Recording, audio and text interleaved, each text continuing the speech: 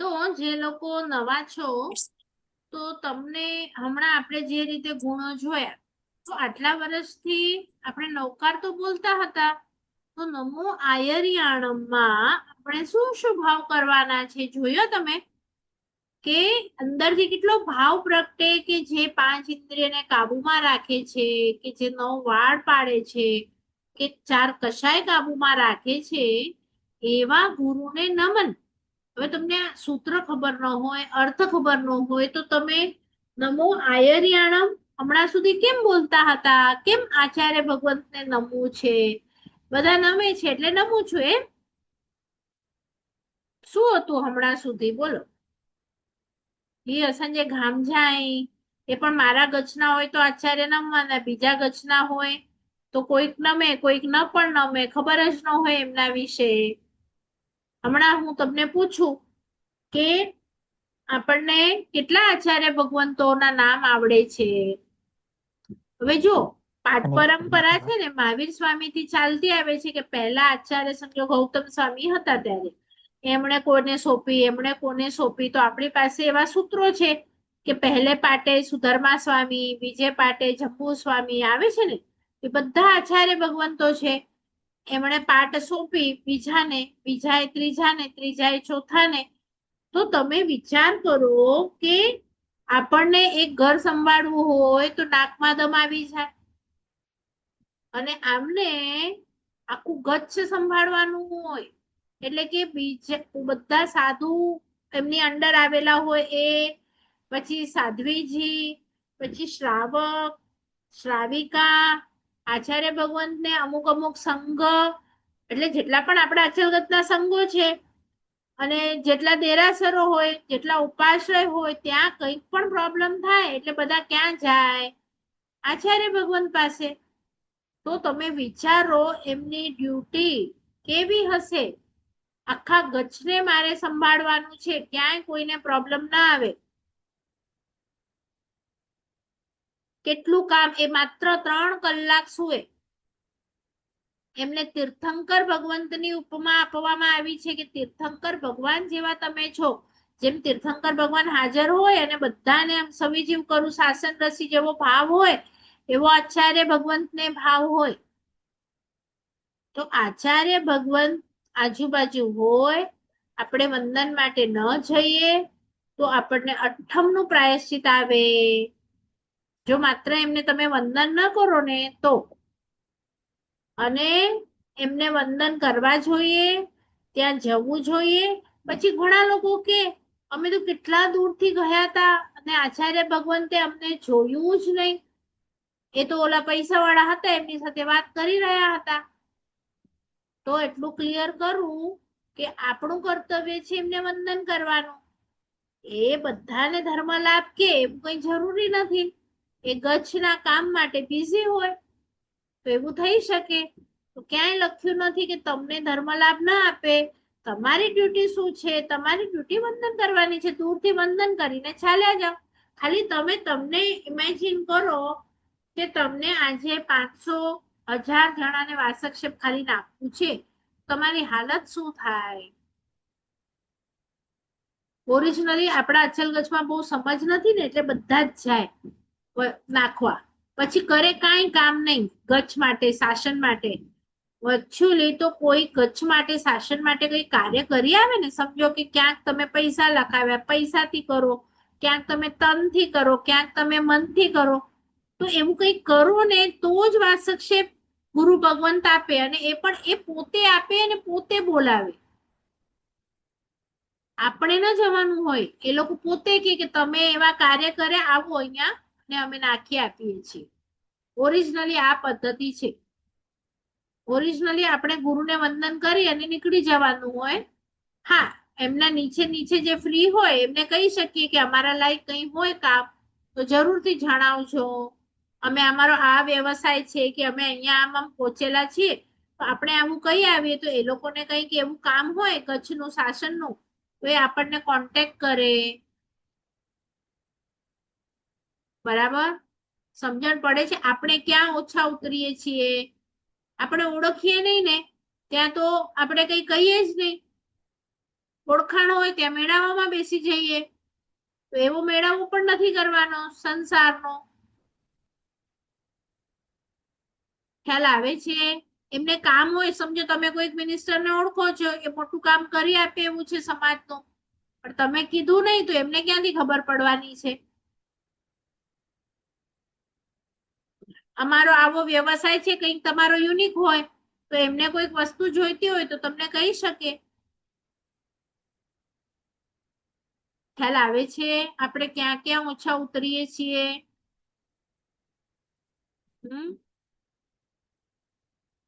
ચલો આપણે પણ એક દિવસ એવો રાખીશું મેળાવા માટે એક અલગ ક્લાસ, કારણ કે હું પણ જે લોકો નવા જોઈન થયા છે ને એમને નથી ઓળખતી. તો ન ઓળખીએ ને એટલે તમે મને ક્યાંક મળશો તો મને ખબર નહીં પડે, નહીં તો તમે ક્યાં રહો છો કે નહીં, તમારો શું વ્યવસાય, એટલે આપણને ઓલું નથી મેળાવા ટાઈપનું, બટ સમથિંગ કે કંઈક ખબર હોય તો કંઈક આપણને ઓલું ફિલિંગ આવે એમ. બરાબર? તો આપણે કરીશું ક્યારેક. તો ગુરુ ભગવંતોને આ બધું આપણે કહેવું જોઈએ. આમ તો છે ને એક ફેમિલી ડોક્ટર હોય, એવી રીતે ફેમિલી ગુરુ હોય કે ભાઈ એમને આપણી બધી ખબર હોય. પછી તમે ત્યાં જઈને તમારા દીકરા માટે પણ પાત્ર ગોતવું હોય ને એ ગોતી લો ને, તો એમને કન્ફર્મ કરો કે આપે ગોત્યું છે ગુરુ ભગવંત બરોબર છે, તો એ તરત કહેશે કે હા આવું પાત્ર ધર્મી છે, તમે લો. તમારા દીકરામાં એ ધર્મના સંસ્કાર નાખશે કે વોટ એવર. કે તમે કોઈ ધંધો કરતા હો તો તમે પૂછો કે આવો ધંધો, તો કહી દેશે કે નહીં આમાં બહુ હિંસા છે, આપણા શ્રાવકથી ન કરાય, પણ આવો ધંધો કરી શકો. તો એવું તમને ગાઈડન્સ આપી શકે. એવું નથી કે તમને હેલ્પ ન કરી શકે, કારણ કે ઋષભદેવ ભગવાન જ આખી ગૃહસ્થની જે બતાડી ગયા છે એ એમને ખબર હોય. બરોબર? તો છે તમારા બધાના ગુરુ જ્યાં તમે બધું કન્ફર્મ કરો છો? નહીં? તો પછી તમે અટવાઈ જાઓ ત્યાં તમે કોને કન્ફર્મ કરો? કે પોતાની રીતે જ ગાડી ચલાવ્યા કરો? ખબર હોય ન હોય. અમારા વડીલોને વડીલોને પણ ધર્મની સમજ હોવી જોઈએ તો હું આપી શકે. ધર્મની સમજ ન હોય તો ન આપી શકે. વડીલો તો બરોબર જ છે, પણ એમને બી સમજ હોવી જોઈએ. ઘણી વખત નથી હોતી એમને પણ. દાખલા તરીકે હમણાં તમારા છોકરાને વ્યવસાય કરવું હોય, 2 પેકેજ મળે છે, એકમાં 2 લાખ રૂપિયા ઓછા છે પણ 6 વાગે છૂટી જાય, તો ધાર્મિક વડીલ હોય ને તો શું કે બેટા 2 લાખ ઓછા મળતા હલ દો, પણ તું વહેલો તો અચીવન ને, ક્યારેક તને ચોવિહાર કરવું હશે તો કરી શકશે, ક્યારેક સામાયિક પ્રતિક્રમણ તું સાંભળી શકશે. પણ તમારા પેકેજ જ મોંઘા હોય ને મોડા આવો તો ક્યારે તમે કઈ જુઓ નહીં, તમને ના આવડતું હોય, તમે પાછળની પેઢીને શું આપવાના છો? એટલે લાંબુ વિચાર એમ. હમણાં 2 ઓપ્શન લઈને આવે બિઝનેસના, ને તમને ધર્મની ખબર ન હોય તો તમે શું કરો? બંનેમાં હા પાડી દો. એક હું લાવું છું, ચલો બિલ્ડર લાઈન લાવું છું, એક કોઈક મોટી મશીનરી ફેક્ટરી ખોલું છું, અને એક નાનો રિટેલ ખોલું છું. તમે શેમાં હા પાડો બોલો? પણ મોટી ફેક્ટરીમાં વધુ હિંસા, વધારે ઇલેક્ટ્રોનિક, વધારે બધું, પાણી તમે કહો વધુ જાય, બિલ્ડર લાઈનમાં પાણી વધુ જાય, વોટ એવર. તો એ બધી હિંસા તમે જે પણ કરે છે એને લાગે છે એટલું એને ભાન છે? હમણાંનો જ વિચાર કે પાછળનો પણ વિચાર? તો ઓરિજિનલી આપણા ધર્મમાં કયો ધંધો એવો છે જેમાં ઓછી હિંસા છે? ખબર છે તમને? બોલો, કયો ભગવાને કીધો છે સૌથી ઓછી હિંસા વાળો ધંધો? મને નથી ખબર. મને ઘણી બધી ચીજો નથી ખબર બેન, એમાં એટલે થોડું થોડું બેન થોડું. આપણે પછી અચ્છા હિંસા તમને હોય. આમાં એક પ્રશ્ન પૂછું. હવે મારો ધંધો હોય એમાં બહુ હિંસા થાય છે, પણ હું મારી સાધર્મિક ભક્તિ અને આપણા ધર્મમાં પૈસો પણ સામે એટલો જ વાપરું છું, તો એ બરાબર. પૈસો પણ ચાલે પછી ધર્મ વાપરીએ તો આપણે? જો એ બંને વસ્તુ અલગ અલગ છે. પેલા તો તમને હું કહું ને કે હિંસા જેમાં ઓછી હોય એવો ધંધો કરવા, સમજો. તો હા શેમાં ઓછો છે શાસ્ત્રમાં શું બતાડ્યું એ મારે તમને બતાડવું છે. પેલા તો લખ્યું ત્યાં કે તમે વ્યાજુકા પૈસા આપો ને એમાં ઓછો લાગે, કારણ કે તમે ઘરેથી પણ કરી શકો. નહીં તો તમારે દુકાન લેવાની જરૂર પડે, ને માણસની જરૂર પડે નહીં. એટલે પેલા જમાનામાં છે ને ખબર છે ઓલો ઘરે આવીને લઈ જાય ને આપી જાય. નહીં, એ લોકો ચોપડા રાખે એકદમ જુબાન ઉપર, એમને ખબર હોય કોણે લઈ ગયું છે. ન લખો ને તો ઓલો લેનારો આપી જાય સામેથી, એવી રીતે. પછી લખ્યું તો કે સોનું, તો કે સોનાનું શા માટે, તો કે તમે છે ને આજે મારો સોનાનો ધંધો છે, બરોબર, તો સોનાનું આજે વેચી વેચીને હું, પેલા એક ગામડામાં તમે જોયું ને એક નાની સોનીની દુકાન હોય ને, ગામના લોકો જ આવીને સોનું લઈ જાય, તો એની પાસેથી આજે બધા નાની નાની વીંટી લઈ ગયા કે ચેન લઈ ગયા, તો આખર 1 તોલો 2 તોલો 5 તોલો એટલું એને વેચ્યું. કેટલા ગ્રામ થાય તમે ઇમેજિન કરો. અને એ જ હું રિટેલર છું, તો રિટેલમાં આટલા ઘઉં ચોખા લઈ ગયા, હવે એક એક ઘઉંમાં એક એક જીવ, તો એ બધાનું કેલ્ક્યુલેટ કરો. અને હવે હું હોલસેલ વાળો છું, તો આજે મેં આખી ટ્રક ચોખાની વેચી, તો હોલસેલમાં કેટલા જીવ ગયા, રિટેલમાં કેટલા ગયા, અને સોનાની દુકાનમાં કેટલા ગયા. અને વ્યાજુકા પૈસામાં તો એકે જીવની હેરાફેરી જ નહોતી. હિતેનભાઈ, ખ્યાલ આવે છે હું શું કહું છું ખાલી? અને બરાબર તો છે. જો તમારો કોઈનો કોઈ ખબર નથી એટલે હું કોઈ એવું નહીં લગાડતા કે મને કે છે, મને તો ખબર જ નથી, પણ હું જસ્ટ શાસ્ત્રમાં શું છે તમને બતાડું છું. તો ઓલા રીટાબેન છે ને, એમના હસબન્ડ નાણાં દલાલ છે, એટલે એમને ઓછું લાગે. મારા હસબન્ડ ગોલ્ડમાં છે, એટલે સેકન્ડ નંબર પર આવે છે. અચ્છા, બરોબર. ને મારા હસબન્ડ ને હાઈએસ્ટ પાપ લાગે, કારણ કે અમારી દુકાન ભુલેશ્વરમાં છે અને મારી છરી જ ફેમસ છે. શેની છરી? છરી. Okay okay. હા, પણ આપણે આપીએ ને ત્યારે મોસીરે કહેવાનું કે આ જે પણ લઈ જાય છે એને મેં નથી બોલાવ્યો, એ પોતે લે છે, અને એ એનાથી જે પણ કરે એનાથી હું એને વસીરાવી દઉં છું, એટલે હું એની માટે માફી માંગી લઉં છું. એકચ્યુઅલી તો ના જોઈએ, કારણ કે આ જ્યારે અમે લોકો જેનોલોજી ફર્સ્ટ સ્ટાર્ટ કરેલું ને, ત્યારે અમારા ફેમિલી મેમ્બર જ એમણે આ ફર્સ્ટ બુક સ્ટાર્ટ કરી હતી મારી પાસે, અને મેં એમને સમજાવ્યું કે જો આપણે બધું કરીશું, હમણાં આપણે કરીશું અને પછી આપણને ભોગવાનું આવશે. તો એમની મોટી ફેક્ટરી હતી આની આપણી સ્ટીલની, તો એમાં એમની મિક્સરની બ્લેડની હતી. હવે એ જે બ્લેડ હતી ને એ બનાવાય એટલે જે પણ ફરે ને અંદર, હવે વેજીટેબલ હોય તો જીવિત જ હોય, અને મિક્સરમાં મરવાના જ છે. તો એમણે ઈ આખી પ્લેટ છે ને તોડી નાખી અને ડમ્પ કરી નાખી.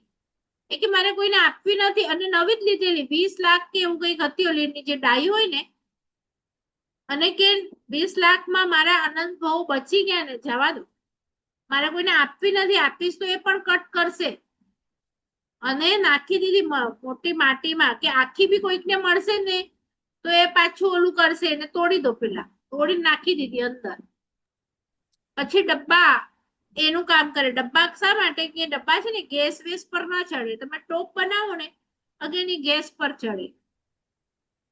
તો એ બધું આપણે થોડું થોડું થોડું વિચારીને તો કામ તો જો કોઈ પણ કરવાનું જ છે, પણ ક્યાંક પ્લસ માઇનસ આપણે બધું સોચીએ ને, તો જે નથી કરવાનું એ તો 100% નથી જ કરવાનું. મારા પ્રભુ ના કહીને ગયા છે ને, તો આપણા માટે જ કહીને ગયા છે, કારણ કે એ તો મોક્ષમાં ચાલ્યા ગયા, એમને તો કર્મો ટચ કરવાના જ નથી. જે છે તે આપણને જ છે, અને આપણે ધારીએ ને બધું કરી શકીએ. આપણે હમણાં ઉપર ઉપડી જઈએ તો આપણો ધંધો એમને એમ રહી ગયો, ને આપણા છોકરાઓ ન કરવાના હોય તો ધંધો એ જ દિવસે બંધ થઈ જાય. એટલે એવું નથી કે ના થઈ શકે કે જે પણ હોય, પણ સત્વ કે નહીં, આપણે શીખેલું તો હોવું જોઈએ ને કે આપણે શું કરવાનું છે એમ. તો મારા પ્રભુ જેમાં બોલવામાં પણ એટલી ઓછી હિંસા, જેટલું 2 શબ્દ બોલે એકદમ ઓછું, કે બોલવામાં પણ હિંસા નહીં, મનમાં પણ એટલી ન થાય. આપણે તો શું કરીએ, આખું પાકિસ્તાન આપણા માટે ખરાબ હોય, પણ એ લોકો બોલતા બોલતા જ્ઞાની હોય ને કેવું બોલે, આ ગામ નથી સારું, એમાં આ એક વ્યક્તિ ખરાબ છે, એમાં આ વ્યક્તિ આખું ખરાબ નથી, એમાં ખાલી આ ક્રોધ નામનો દોષ ખરાબ છે. હવે તમે કેટલું અંદર લઈ ગયા. આપણે તો સીધું એક વ્યક્તિ ખરાબ હોય ને એટલે આખું ગામ આવી જાય, અને ગામ માટે ખરાબ વિચારીને એટલે એક સાથે બધી હિંસા થઈ જાય એના ગુણોની. તો કેટલો મોટો દોષ લાગે, બરાબર? એટલે હવે આપણે 18 ગુણ જોયા, બીજા 18 ગુણ જોઈએ આપણા આચાર્ય ભગવંતના, તો કે એના પછીની લાઈન આવે 24 કશામિકો 18 ગુણ સંયુક્ત પંચ મહાવૈચિતો. 5 મહાવ્રત ધારણ કરેલા હોવા જોઈએ. એમ જ ગૃહસ્થ ન ચાલે તો 5 મહાવ્રત કોણ ધારણ કરે? જે દીક્ષામાં હોય એ. તો 5 મહાવ્રત કયા છે? તો લખ્યું જ્ઞાનાચાર, પોતે ભણાવે, દર્શનાચાર, પોતે પાડે પડાવે, ચારિત્રાચાર, તપાચાર, પોતે તપ કરે બીજાને કરાવે, વીર્યાચાર. એટલે કોઈ પણ કામ કરવાનું હોય ધર્મનું તો એ પોતાની શક્તિ ગોપવે નહીં એટલે શું? છુપાવે નહીં. દાખલા તરીકે મારામાં શક્તિ છે આખા ખમાસમણું આપી શકવાની, પણ હું હવે ખુરશી પર બેઠા બેઠા આપી દઉં એટલે મેં મારી શક્તિને શું કરી? છુપાવી દીધી. તો આ શક્તિ હતી મેં વાપરી નહીં, તો નેક્સ્ટ ભાવમાં મને આ શક્તિ ન મળે, કારણ કે હતી ત્યારે મેં વાપરી નહીં, અને હતી એટલે વાપરી નહીં. તો શું થયું? હવે નેક્સ્ટમાં મળશે નહીં. એટલે તમે જે વસ્તુને બરોબર યુઝ ન કરો, આંખને બરોબર યુઝ ન કરો, તો આંખ નેક્સ્ટ ભાવમાં ન મળે. તો તમે જુઓ ને, આટલા બધા જીવો માટી, પાણી, હવામાં છે, વનસ્પતિમાં, તો એ લોકોને આંખો નથી. તો કેમ નથી? એ લોકોને મોઢું એ નથી, એક જ ઇન્દ્રિય વાળા છે આ લોકો. તો આ લોકોનો આંકડો વધારે કેમ છે? કે એ લોકોને મોઢું મળ્યું હતું, આંખો મળી હતી, એમણે સારો ઉપયોગ કર્યો નહીં. એટલે કુદરતે એમને આ ભાવમાં આપ્યું નથી. આપણે કોઈકને વસ્તુ આપીએ ને સારો ઉપયોગ ન કરે, તમે એને બીજી વખત આપો વસ્તુ, તો બસ આવી રીતે કુદરત છે પણ નથી આપતી.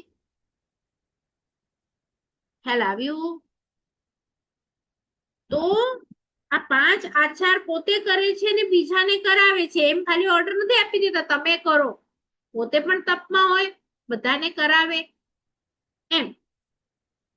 પછી છે, હવે આ ઇમ્પોર્ટન્ટ છે, પંચ સમયોતિ ગુપ્તો, 5 સમિતિ અને 3 ગુપ્તીનું પાલન કરે છે. તો આપણને ઘણી વખત આના નામ પણ યાદ નથી હોતા. 5 સમિતિ એટલે શું? 3 ગુપ્તી એટલે શું? આપણે ખબર છે ઓલું સૂત્ર બોલે છે, માર્ગને વિશે જતા આવતા પૃથ્વી કાય, અપકાય, તેવું કાય, વાવ કાય, વનસ્પતિ કાય, ત્રસ કાય, નીલ ફૂલ, માટી, પાણી, કોણ અધિક તણો સંગઠવો હોય ત્યાં આપણે બોલીએ છીએ 5 સમિતિ 3 ગુપ્તી મેં સારી રીતે પાડી ન હોય, તો એનો અર્થ શું થયો? શ્રાવકને પણ 5 સમિતિ 3 ગુપ્તી પાડવાની હોય છે, પણ આપણે નથી પાડતા કારણ કે આપણને ખબર જ નથી. તો અહીંયા આપણને ભણવામાં આવી જશે. અને ગુરુ ભગવંતના આ પણ 8 ગુણો છે કે એને 5 સમિતિ અને 3 ગુપ્તીનું પાલન કરવાનું છે. હવે આપણે જોઈએ સમિતિ એટલે શું અને ગુપ્તી એટલે શું. તો સમિતિ એટલે 5 છે, નામ અઘરા છે પણ સમજવામાં ઈઝી છે. પહેલી છે ઈર્યા સમિતિ, એટલે ઈર્યા એટલે ચાલવા માટેની. તો ચાલવા માટે એમને શું કરવું પડે? કે નીચે જોઈને જ ચાલે, વાતો કરતા કરતા ચાલે નહીં, અથવા તો ઉપર જોઈને આજુબાજુ જોઈને ચાલે નહીં. એમને આજુબાજુ જોવું હોય ને તો ઊભા રહી જાય. નીચે કીડી પગ નીચે આવવી ન જોઈએ, કોઈ પણ જીવ આવવું ન જોઈએ. એટલે 3.5 હાથ જેટલું નીચે જોઈને ચાલવું જોઈએ આપણને પણ. હવે વાતો કરતા કરતા આપણે તો મોબાઈલ પર તમે કોઈને જોશો ને તો 100 આટા રૂમમાં મારશે, તો ક્યાં એનું ધ્યાન હોય? ફોનમાં કે નીચે? તો કે એક જગ્યા પર બેસી જાવ ને, નક્કામાં જીવો મરે, તો આમ ન ચલાય. અથવા તમે સાડીની દુકાનમાં ફાંપા મારતા હો, બોર્ડ ને જોતા હો, તો ઊભા રહીને જુઓ, ચાલતા ચાલતા ન જુઓ.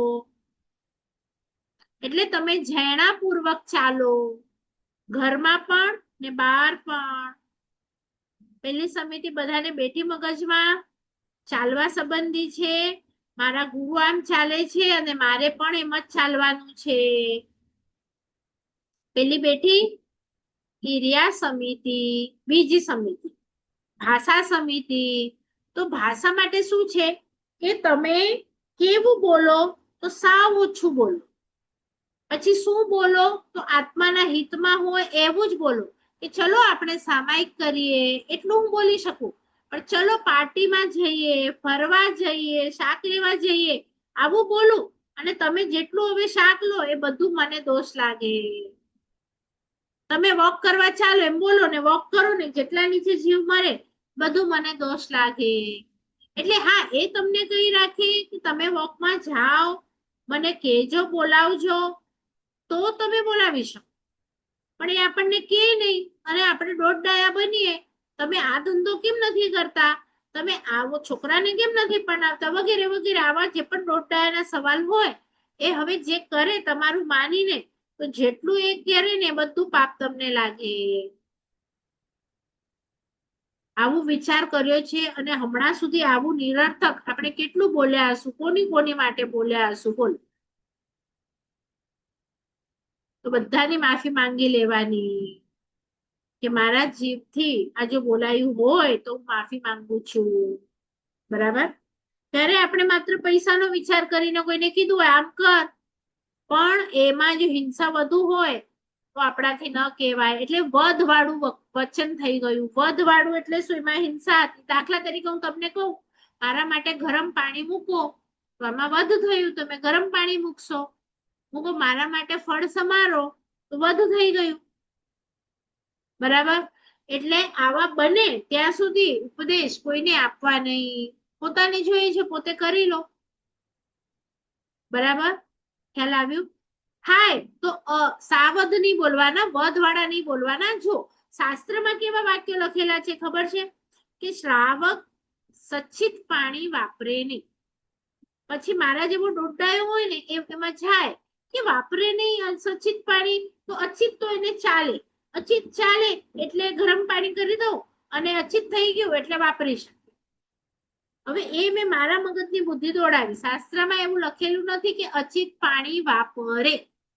શું લખ્યું? સચ્ચિત પાણી ન વાપરે. તો હવે તમે ચોવિયારો પણ ઉપવાસ કરી શકો એનું મિનિંગ સમજીને, પણ પછી તમારે વાપરવું છે તો તમે પોતે તમારી બુદ્ધિથી લડાવો. તમે એવા વચન ન બોલો. જો શ્રાવક લગ્ન કરે એટલું બોલું, પણ તમે કરો એમ ના કહું. શ્રાવક કોઈની પાસે હાથ ન ફેલાવે એટલે ધંધો કરે અને યથાશક્તિ કરે, એટલે પોતાની જેટલી જરૂર હોય ને એટલું જ કરે, એનાથી થોડુંક પણ વધારે ન કરે. થોડું એટલે તમારી બીમારી પૂરતું હોય, ભવિષ્ય માટે થોડુંક જમા કરે કે તમારે ધર્મ ધ્યાન છોડવાનો વારો ના આવે એટલું તમારે કરવું પડે. દાખલા તરીકે તમે કાલ માટે 1 રૂપિયો ના રાખો, તો કાલે પ્રતિક્રમણ હોય એમાં તમે જાઓ નહીં, પણ તમારી પાસે કાલ પૂરતું કમાવેલું હોય તો તમે આરામથી કાલનું પ્રતિક્રમણ કરી શકો. એ અપેક્ષાએ થોડુંક તમારા માટે ફ્યુચરમાં રાખવાનું કીધું.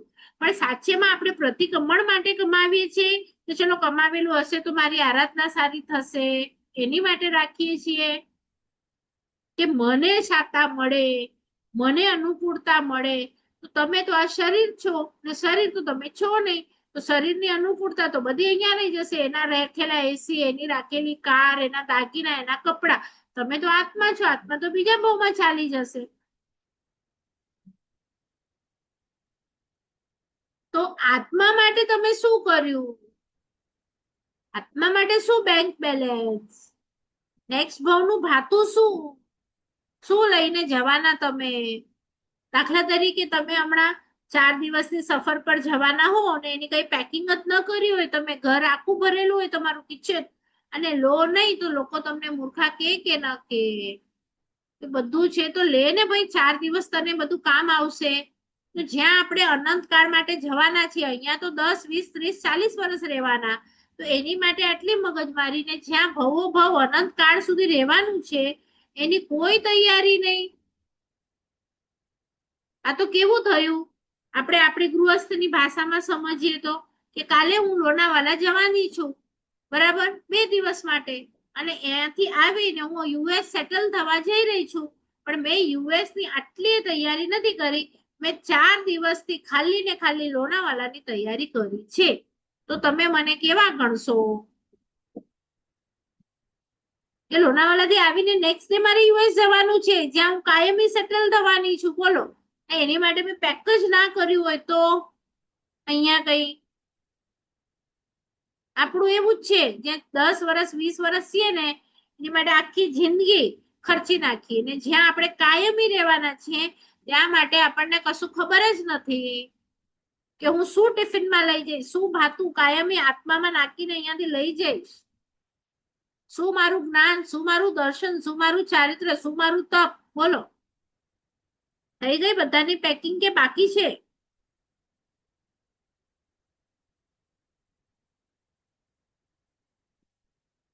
કે જવાના જ નથી? જવાના તો છીએ પણ સ્ટાર્ટ કઈ નથી કરી. મે બી તમારા હેલ્પ થી સ્ટાર્ટ કરશું હવે. હા, એટલે હમણાં જે ભણી રહ્યા છો ને જ્ઞાન, એ તો આવવાનું જ છે 100%.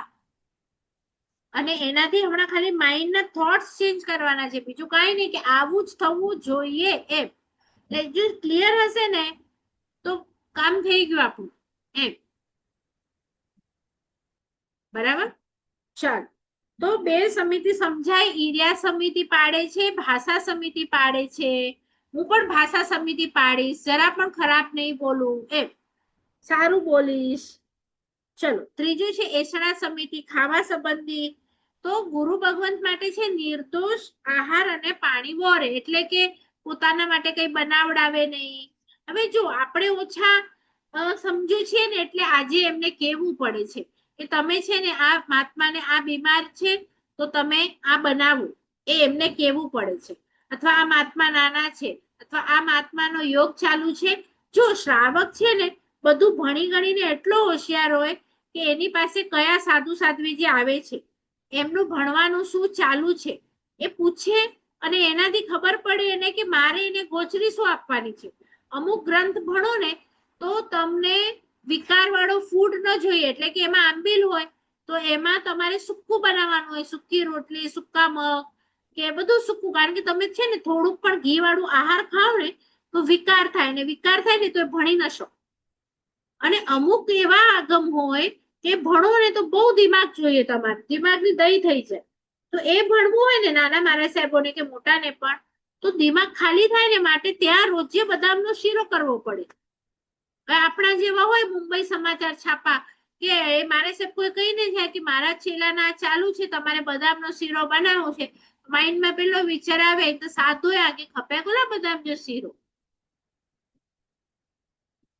પણ આપણે કાચા પડે, આપણને ખબર નથી એમના કયા જોક ચાલુ છે ને એમાં શું વપરાય, તો શું કરવાનું? તો આપણે ભણેલા નથી માટે એમને કેવું પડે છે. આપણે હોશિયાર હોઈએ તો એમને કેવું ન પડે, કારણ કે બોર્ડ ઉપર લખેલું હોય કે કયા આગમ ભણે છે અને એમાં કેટલી મહેનત જોઈશે એ આપણને ખબર નથી. પહેલાના જમાનામાં તો વડીલોને ખબર પડી જાય કે આજે કોઈ મહાત્માનું પેટ દુખે છે ને, તો એ ખબર પડે તો એ શું કરે, ઘરે આવીને શું કે વહુ બેટા મુજે પેટ દુખે તો જ રબ બનાયો, એટલે રબ બને. ને પછી રબ પોતે જરાક વાપરે, અને પછી હવે બચેલી રબ હોય ને મહાત્મા આવે ને તો ગોરાવે, એટલે મહાત્મા માટે રબ નથી બની. તો આવી માયા કરવાની ધર્મમાં.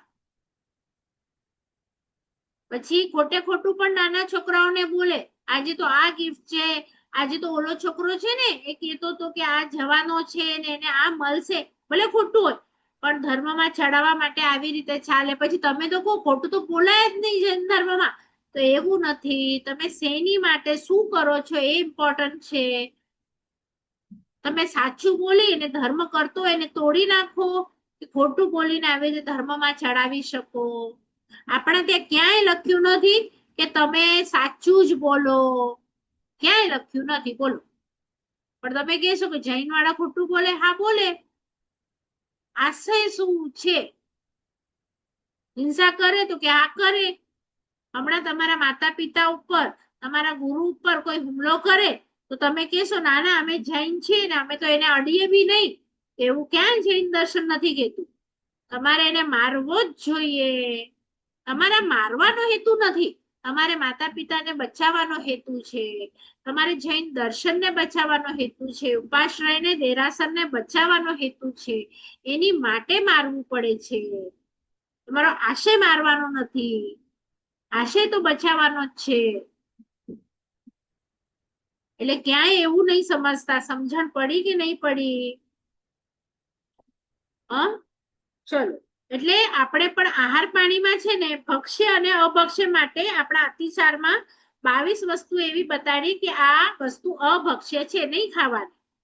તો અને આ વસ્તુ અનંતકાય છે. અનંતકાય એટલે શું? એક શરીર હોય એમાં અનંત આત્મા હોય, જેમ કે બટેટો, કાંદો, લસણ, એ શરીર એનું એક સોય જેટલું તમે ભાગ લો ને બટેટા કે કાંદાનો, તો એમાં શરીર એક જ, આ બોડી એક જ, પણ મારી બોડીમાં એક જ આત્મા છે, પણ એ બોડીમાં અબજો અબજો અબજો અબજો આત્મા હોય, સોય જેટલા ટીપા. તો તમારે એટલા આત્માને મારીને ખાવું છે કે તમારે એક જ આત્માને મારીને ખાવું છે, એ તમારા ઉપર છે. એટલે નિર્દોષ આહાર કરો. દૂધી છે તો એક જીવ, ભીંડો છે તો તમે 100 જીવ, પણ તમે એક કાંદાની સ્લાઇસ એમાં અબજો અબજો અબજો જીવ, એટલે શું થઈ ગયું વિચાર. એવું જ હમણાં ગ્રીન શેવાળ છે, ક્યાંક શેવાળ હોય તો દૂરથી ચાલવાનું, આટલી શેવાળના એક સોય જેટલા ટીપામાં અબજો અબજો અબજો જીવ, એ પણ અનંતકાય છે. તમે એલોવેરા ન ટચ કરી શકો, અનંતકાય છે. પછી એલોવેરા પર ઉગતું આ આપણું ડ્રેગન, એ પણ ન ચાલે, કારણ કે એ પણ અનંતકાય છે. પાલક એ ન ચાલે, મૂળા ન ચાલે, તો એ 32 અનંતકાય બતાડ્યા.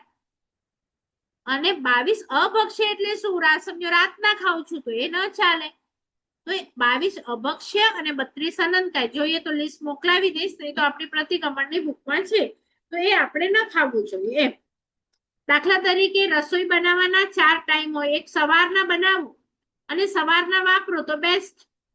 આમ તો રાતે ખવાય જ નહીં, પણ રાતના ખાવું પડે તો તમે દિવસના બનાવો. કારણ કે સાંજ પછી છે ને એટલા બધા તમસ્કાયના જીવ, એટલે કે એનું છે ને બોડી છે ને એ અંધારા જેવું, તો હમણાં પણ આપણા ઉપર વરસી રહ્યા છે. આમ તો 24 કલાકે વરસી રહ્યા છે, પણ દિવસના તડકામાં છે ને ઉપર જ મરી જાય, એટલે આપણા ફૂડ ઉપર ના પડે. પણ 5 વાગ્યા પછી જે સન ઓછો થઈ જાય ને, એમાં એ જીવોની ઉત્પત્તિ એટલી વધી જાય કે આપણને આંખથી દેખાય નહીં. હવે તમે આટલું શાક બનાવ્યું છે, એ શાક બની ગયું, ઉપર ઢાંકો, પણ એના જીવ સતત બનાવતી વખતે પડી રહ્યા છે. એટલે આટલા શાકમાં પણ છે ને અબજો અબજો અબજો જીવ પડ્યા, અને હવે એ શાક તમે આ રોજ. એટલે બને એટલે 5 થી પહેલા વાપરવાનું. જો વાપરવું જ પડે તો બનાવી વહેલું લેવાનું, નહીં તો બનાવતી વખતે પણ એમાં એટલા જીવો પડે. એટલે સૌથી બેસ્ટ સવારના બનાવીને સવારના ખાઈ લીધું. સેકન્ડ નંબર આવશે સવારના બનાવેલું રાતના ખાધું. થર્ડ આવશે કે રાતના બનાવેલું રાતના ખાધું. તો એમાં ફૂડ એટલું જ હોય, એ જ હોય, છતાંય અનેક અનેક અનેક ઘણી હિંસા વધી ગઈ. કારણ કે અનેક જીવોને તમારે મારવા પડ્યા, કારણ કે પડે છે ને એ તમારે ખાવું પડે છે એમ. ખ્યાલ આવ્યો? એટલે સાંજ પછી નથી ખાવાનું. ચલો, આદાન ભંડમત નિક્ષેપણા સમિતિ ચોથી. તો એ અક્ષર અઘરું છે, પણ આદાન એટલે લેવું. આદાન પ્રદાન સાંભળ્યું હશે, આપવું અને મૂકવું. તો તમે કોઈક વસ્તુ લો કે મૂકો તો સંભાળીને મૂકો. જોયા વગર થેલો ફેંકી દીધો, બેસી ગયા કોઈ ખુરશી ઉપર, કીડી આવી ગઈ નીચે, તો લો કે મૂકો બરાબર જોઈને મૂકો. સાધુ ભગવાન તો બારી ખોલશે પોંછશે, કપડા ખોલશે કપડા ઘડી. હમણાં તમે બહારથી કપડા લેશો ને તો એના પર કીડી આવી જશે, માખી આવી જશે. આમ ટીવી જોશો ને ઘડી કરશો તો શું થશે? એમાં આવી ગઈ એક કીડી, એક માખી. તો કોઈક ડબ્બો લીધો, ડબ્બાને સ્લીપ કરી, આમ આમ બીજા કોઈકને આપવું છે તો ડબ્બાને ધક્કો મારી દીધો, તો ડબ્બાને ઉંચકીને મૂકો. નીચે કંઈક આવી ગયું હોય તો. એટલે લેતી વખતે કે મૂકતી વખતે પહોંચો અને જુઓ નીચે કઈ મરી ના જાય. છેલ્લું છે પરિસ્થાપનિકા સમિતિ, એટલે પરઠાવાન. પરઠાવાનું એટલે કોઈક વસ્તુ તમને નથી જોઈતી, એ કાઢવી છે. હમણાં ધનેડો નીકળ્યો, ઉપરથી બારીમાંથી સીધો નીચે ઘા કર્યો, 10મા માળા પર છું, તો એના હાલ શું થાય? પરટવું એટલે એટલું સરળ રીતે એને પરટવું કે એને ઈજા ન થાય. તમે ઘઉં સાફ કરો છો, એક ડબ્બીમાં 4-5 ઘઉં લો અને નીકળેલા ધનેડા બધા એમાં નાખો, અને ડબ્બી સારી રીતે કોઈક માટી પાસે મૂકી દો, જેથી ધનેડા ઘઉં પણ ખાય અને બહાર નીકળે તો માટી હોય એટલે એમને ઈજા ન થાય. ખ્યાલ આવે છે? પહેલાના જમાનામાં વૈદ હોય ને, વૈદ એ પણ આવા કોમળ હૃદય વાળા હોય. આપણા બોડીમાંથી જીવડા કાઢે ને તો એ જીવડાને નીકાળવા માટેનું સ્થાન પહેલા તૈયાર કરે. તો કોઈ ક્યાંક જીવ મરી ગયો હોય ને, એની છાલ હોય, સમજો ગાય મરી ગઈ છે, એનું ચામડું છે, તો એના ઉપર આપણા બોડીમાંથી જીવ કાઢીને, જીવડા હોય ને બોડીના, એ કાઢીને એ મૂકે. એટલે એની અંદર એ જીવડા માટે એટલી દયા હોય, એવાને તો વૈદ બનાવે. જે આમ રાક્ષસ જેવો હોય કે ગમે તે થાય મારો એને, તો એવાને તો ડોક્ટર પણ ન બનાવે. રસોઈ બનાવવા માટે બ્રાહ્મણ જ જોઈએ, કારણ કે બ્રાહ્મણનું કોમળ હૃદય હોય, બધું સાફ કરીને બનાવે. હમણાં તમે જાઓ કોઈ પણ કેટરિંગમાં કે ક્યાંક પણ લારી પર, તમને મળશે બ્રાહ્મણ કોમળ હૃદય વાળા બનાવવા વાળા મળશે? એમના બિચારાના ઘરમાં ખાવાનું ન હોય, આપણું ફૂડ ને જોઈ જોઈને કેવી લાળ ટપકે એ લોકોને. બોલો, સર્વ કરવા આવતા હશે તો રસ્તામાં નહીં ખાતા પીતા હશે, તમને શું ગેરંટી? બોલો. પહેલાના બ્રાહ્મણ તો નાઈ ધોઈને આવે રસોડામાં, પૂજા કરે, નાયા વગર હાથ ન લગાડે, ને બધું એમનું ખાધેલું હોય એટલે એમ લાડ ન પડે એ ફૂડ ને જોઈને.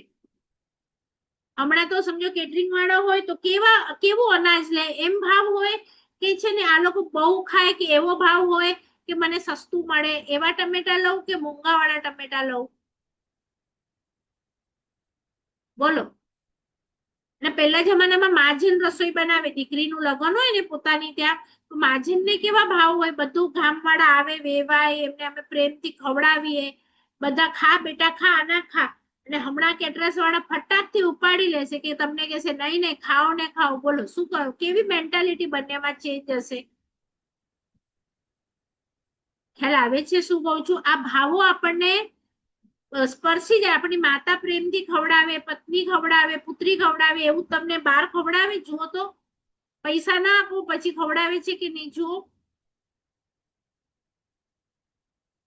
ચલો, હવે એમાં 3 ગુપ્તી રહી છે, આપણે નેક્સ્ટ ટાઈમ જોઈશું. સમય થયો છે. જીનાજ્ઞા વિરુદ્ધ બોલાયું હોય તો મિચ્છામિ દુક્કડમ, સર્વમંગલ માંગલ્યમ, સર્વકલ્યાણ કારણમ, પ્રધાનામ સર્વધર્માણામ, જૈનમ જયતિ શાસનમ.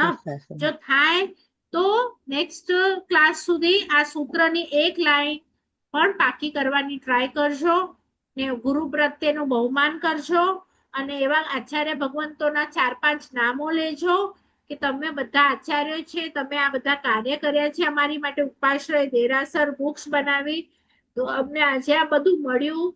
અને આપણી કોઈ બી ધાર્મિક બુકો હોય ને એની આગળ અમુક આચાર્ય ભગવંત આ કોણે બુક લખી છે, તો એમણે બીજા કયા કયા કાર્ય કર્યા છે, આપણે તો ઇન્ડેક્સ વાંચીએ જ નહીં.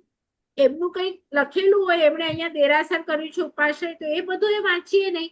એ બધું વાંચવાનું, બહુમાન ભાવ કરવાનું. અને તમારી અમે નમો અરિહંતાણમ એટલે નમીએ છીએ તમને, તમારા કામને. એટલે એવા 10 આપણને આચાર્ય ભગવંતના નામો જે જૂના છે, સંકીર્તધારી છે, એમાં 36 ગુણો છે, એવાય સૂત્રોમાં નામ છે. સુધર્મા સ્વામી, હું જે ગ્રુપ ચલાવું છું એ ગ્રુપનું નામ પણ સુધર્મા સ્વામી છે, જેમને મહાવીર સ્વામીને આ પાઠ સોંપી હતી કે તમે ચલાવો. પછી સુધર્મા સ્વામીએ બીજાને આપી, તો એ પણ આપણી પાસે સૂત્ર છે. તો એ બધા આચાર્ય ભગવંતો ક્યાં રહે છે, કેવા હતા, એમના વિશે થોડી જાણવાની કોશિશ કરવાની, તો અંદરથી એમની માટે નમોનો ભાવ આવે. બરાબર? ચાલો. ઓકે, બીજું બેન છે ને, એક કેવું હતું કે હમણાં જે ગ્રુપ ઉપર છે ને અમે લોકો બધા કૈલાસ જવાના છીએ, તો અષ્ટાપદ જવાના છીએ, તો અષ્ટાપદ પર શું વિધિ અમને કરવી જોઈએ, શું ક્યારે લઈ જવાના જવું છે? જોઈએ? સપ્ટેમ્બરમાં જવાના છીએ. હા, તો પર્યુષણ નેક્સ્ટ પછી જશું. ક્લાસમાં પૂછી લેજો. હા પર્યુષણ પછી ઓકે. જશું. હા, એટલે નેક્સ્ટમાં પૂછી લેજો. હાજી. ચલો, બીજા કોઈને આ ગુણો બી યાદ કરજો, સૂત્ર બી કરજો, અમુક આચાર્ય ભગવાનના નામ આજુબાજુ હોય તો વંદન. ચાલો. એટલે બેન, કીધું ને, આભાર. સંસ્કારને પણ બરાબર સમજવું હોય ને તો 1 વર્ષ લાગે, તો ભાવ આવે. 36 તમને આ ગુણો હવે યાદ કરવાના. નમો આયરિયાણા. આભાર બેન. આભાર બેન.